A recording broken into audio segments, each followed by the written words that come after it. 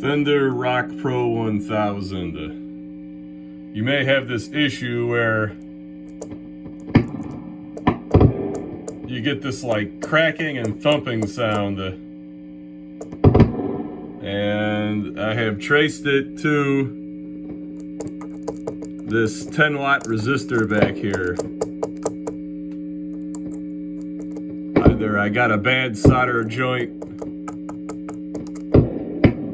clearly this one, I either got a bad solder joint or that ceramic resistor is actually cracked and broken. So if you got that sound going on, check your board out right here. It might be the problem.